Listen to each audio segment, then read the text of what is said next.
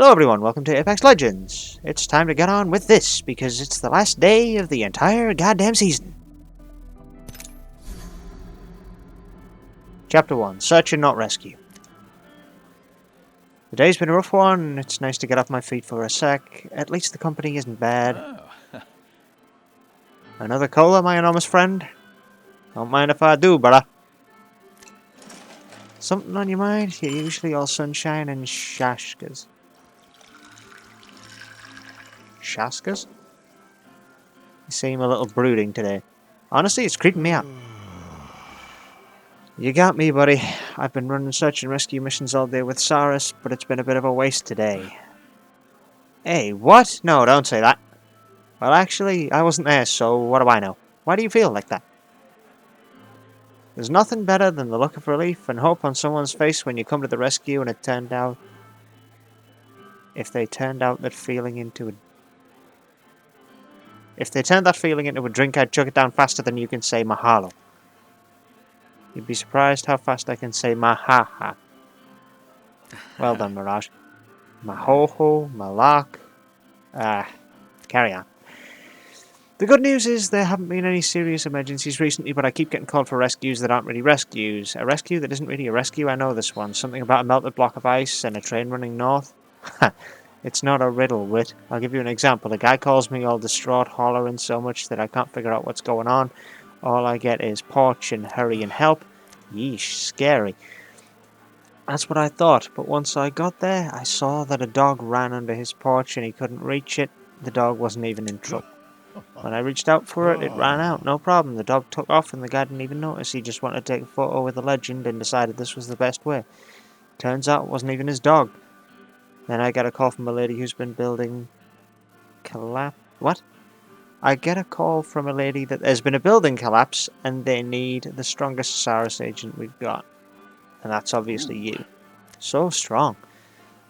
Yeah, well, I show up with all my gear, my heart was racing and I was ready to jump into action, but they demolished the building on purpose. They were breaking ground on a new apartment complex and wanted a celebrity there. You know what? And you know that flash storm came through this afternoon. I got a call that some kids were too far out in the ocean. Well, there was a lightning warning.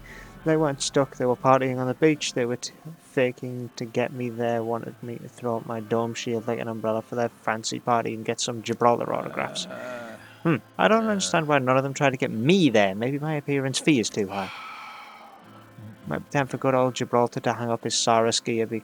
Being a legend has made me more of a distraction than a help. Don't get me wrong, false alarms are better than real alarms. I'm glad nobody was in trouble, but I joined the games to inspire people and bring awareness to Saris, not to pose for photos. Gotta be honest, I don't follow. Yeah, because you're a vain person. A call is patched in from Saris. I wonder who's trying to get me to speak at the graduation or join a family dinner. Please help. I'm in Norlock Lake. You're in the lake. Probably a party boat that needs me to deliver extra sunscreen. Wait, I know that voice, but I can't place it. Please, my trident. It went off-road and fell into the lake. I can't swim and it's starting to sink. Okay, hang tight, brother, and try to stay calm. I'm on my way. Got a jet. I'm coming too. If they're looking for a celebrity, think how pumped they'll be when the two of us show up. Maybe I should join Saris. Mirage isn't happy that I'm making him ride the sidecar on my bike, but if he wants to tag along, we go by my rules. Pull up to the lake and I don't see anyone else there. Something's definitely up. Gibbs, if this was some sort of press event or celebrity hang, wouldn't there be more people here and less lake? Help! Over here! To my surprise, I see a trident bobbing in the lake, and I knew I recognized that voice. Michael? Michael? Who? I jump into the lake and swim harder than I've ever swam before. Wait, Nick's Michael? Your ex-boyfriend's kid? Go to him, Gibby. Swim to the son of your long-lost love. Swim, I say. I'm not so good at swimming, but I'm right behind you. Michael, are you... He's barely hanging on to the slow-sinking trident, flapping around and struggling to tread water. I grab him and start swimming back, fighting the pull of the sinking ship. Almost. Oh, nice to meet you. I'll catch you on shore. Wow, Mirage really isn't a great swimmer. He only made it halfway to us. Me, I'm like a guppy in the water. I grab him too and swim us all to shore. Three of us stand on dry land, finally to our feet again. Michael's shaken up, but he looks okay. I'm shaken up too. He looks more like Nick every time I see him, and I just saved my ex-boyfriend's son who hates me. This sure isn't how I thought my day would go. Okay, you gonna tell me what happened? It's you? Just my luck. This is so embarrassing. Okay, what happened is my friend's dad owns a fleet of tridents and we, borrowed some. Sounds familiar. It was so stupid, but we want to see if they would stay afloat over water, and it turns out they do, as long as they don't run out of power. My dumb friends got scared and took off. I get it now. Look, I know you're not excited to see Gibraltar here, but I've always got your back, whether or not you want it. Thanks, I guess. Hey, I know I shouldn't ask you this, but please don't tell my dad. He gets so worried. You sure? Michael doesn't say anything, he just hangs his head. I know he's not a fan of secrets. Michael, your secret is safe with me. Thanks. Seriously. We say some quick, awkward goodbyes and he takes off. I wonder when I'll see him again. Bye, Michael. Bye. Weird that he didn't want my autograph. Hey, Gibbs, let's go rescue more fans. Let's do it, brother. We fought a zoo. What an interesting second chapter. And quite a wholesome first one. Alright. Chapter 2. We fought a zoo. I don't understand days off. Elliot told me they're days to do whatever you want except break your mom out of jail for some reason. He suggested I go to a place called a zoo. A place full of wild animals in the city? I thought Elliot was teasing me when he told me cake was gross. Wait, was teasing me like when he told me cake was gross and he likes gross stuff. It's not and he doesn't. But here it is, the Gaia Public Zoo. I can feel Echo romping around in my hood. Someone's excited. Aww. We can smell the animals from the gates, and I'm sure they can smell us, especially me, since I haven't got the hang of the shower or clothes washing devices. Why not shower with your clothes? Elliot tells me that's not good, but couldn't tell me why. There should be huge open space with humans and wild animals around hunting and surviving. Instead, animals are packed into tiny pits, cages and tanks, with humans packed into sidewalks watching each other eat snacks from buckets. So, just more city. But more city that has buttered popcorn. Echo loves buttered popcorn. I toss some up so he can catch it midair. Did you know the Prowler Pea... did you know Prowler Pea smells like this buttered popcorn, but it doesn't taste like it, that's for sure? Are you talking to me? And taking my popcorn? Yup. Do you know why all the animals are in these cages and pits? I guess to keep us safe, like from eating our popcorn without asking? But you're mostly safe without the cages, so long as you aren't totally stupid. Right. I'm gonna go over there now. Okay, thanks for the popcorn. Bye. Echo, I don't know, this place isn't like I thought it'd be like. Like, those Arctic prowlers are trapped in a pit, they can't hunt, can't run, can't be themselves. Wait, this is an animal jail. Civilization loves to lock things up, right, popcorn friend? Did you follow me over here? Right, Echo? I toss up a piece of popcorn, but it comes back down. Echo? He's not above me, sneaky guy. I blow a command on my whistle, but he doesn't return. My heart starts to thump. Echo? He's not showing up on my radar. I search everywhere, blowing every command on my whistle. I find a footprint in the prowler pits, which leads me to dropping into the flyer aviary, which leads me to the Pygmy Leviathan tank, where I hear a woman's voice. Hey you, get out of the exhibits now. We're not allowed in the exhibits? These animals should be free, we should be free with them. This is such an animal jail.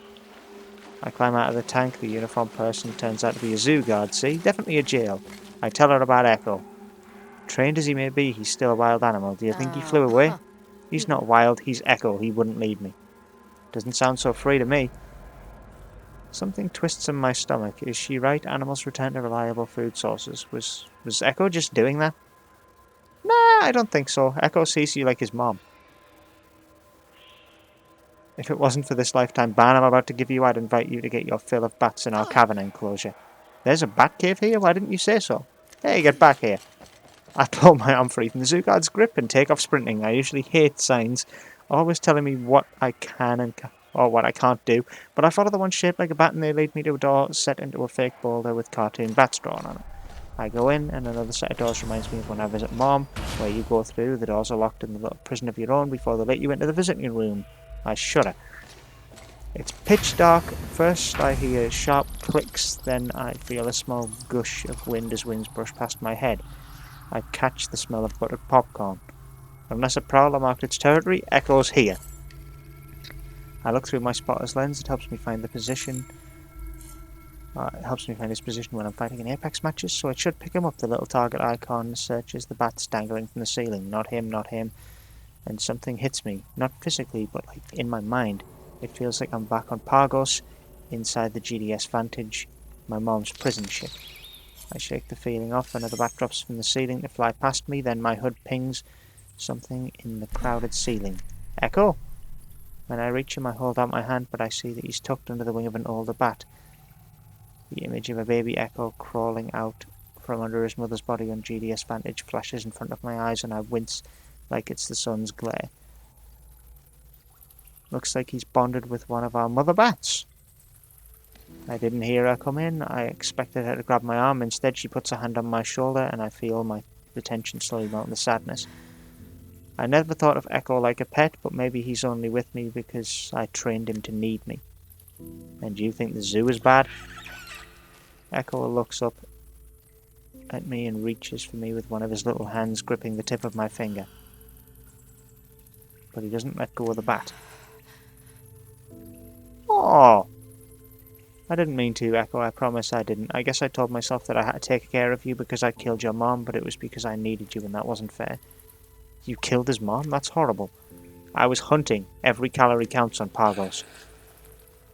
I stop talking as Echo lets go of my finger to nestle into the bat's fur even more. You want to stay here? I understand. I'll visit you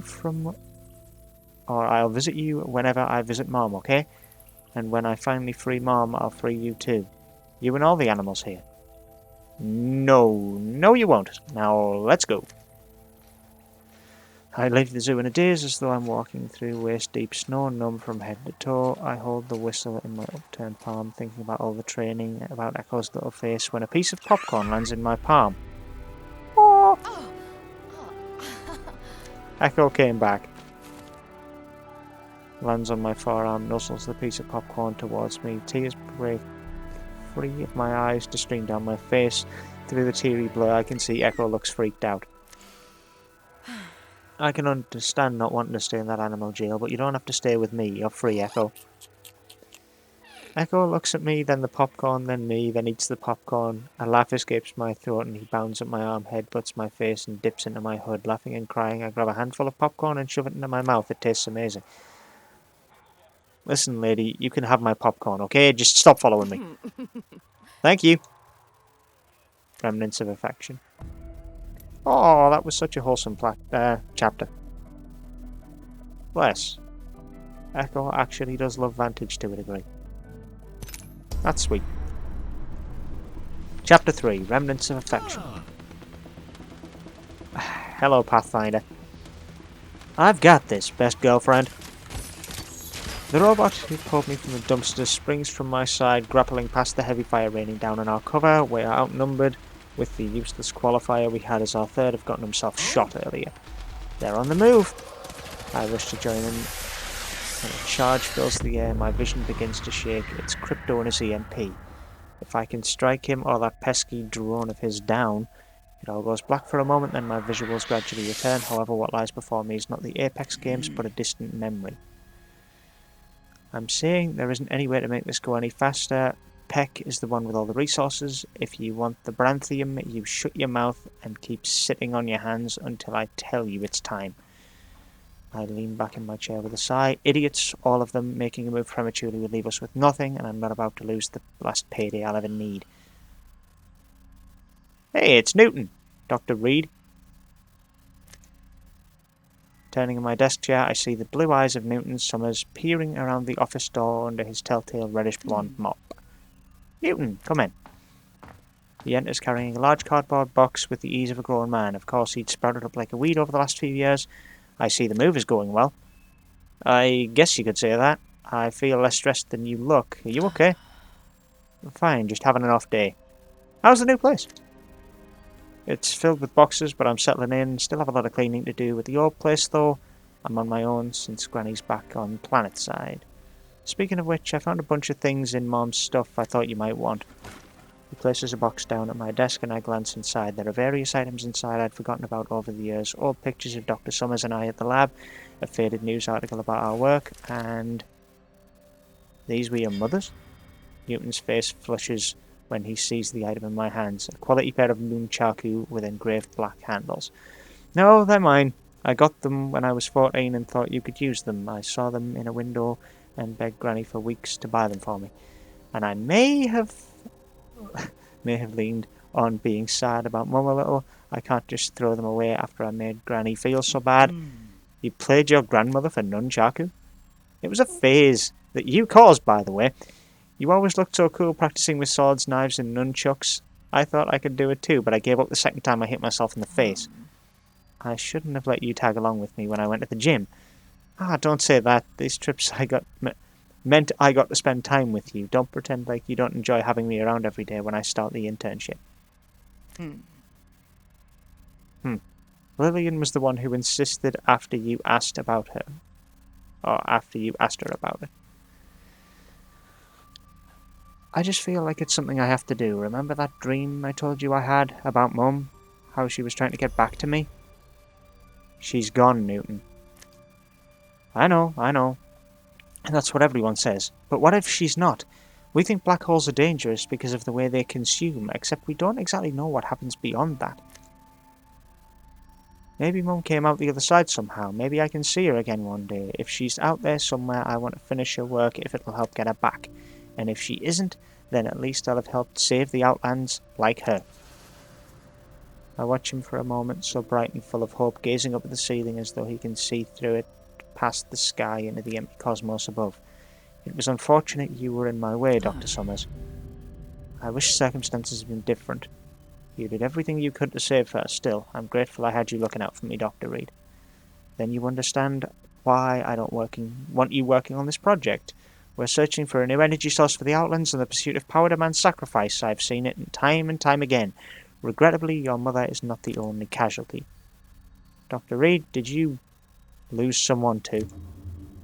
I turn away from him, always so perceptive, just like his mother. My brother. A long time ago. He was the same age as you were when your mother passed. I'm sorry.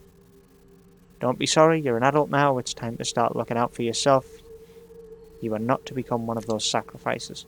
Of course, Dr. Reed, you don't have to worry about me. This is the one who hits himself in the face with a nunchaku. And that's why they're yours now. Well, I guess I'd better get back to the apartment. There's still a lot of cleaning to do. I'll see you Monday for my first day. If there's nothing I can say to dissuade you from doing this internship, then yes, I'll see you then. Thanks, Dr. Reed. I'll be a really good assistant. I promise. Just like you were to Mum. An ironic statement. I think as he departs, we were just discussing sacrifices under the powers that be. I will not let Newton be another. The memory cuts to static before my vision returns to normal. I see the chaotic energy of the rift swirling above with a scuffed up Pathfinder hovering nearby.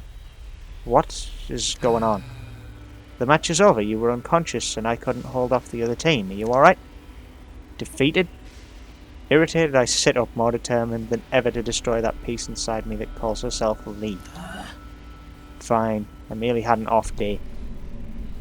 When she's gone, I will bring an end to those. That took a dark turn. Like, really, right at the end, that's kinda...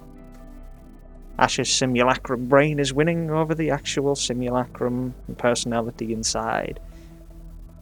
A little bit scary for her sakes, huh? Anyway, that's the story for 16. Guess we'll see what happens in 17.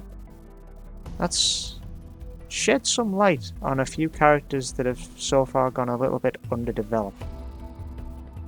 Which is surprising considering Mirage has been quite the focal point a lot of the time, and yet doesn't seem to have had much in the way of any kind of character development other than what surrounds his mother, which we still don't know much about. Gibraltar's been a mainstay thread with basically breadcrumb trailing. And then Ash and Vantage both getting some time in the spotlight. Yeah, it was a nice little story this season. Anyway, I'll see you all in the new season. Until then, go chasing the dubs, legends.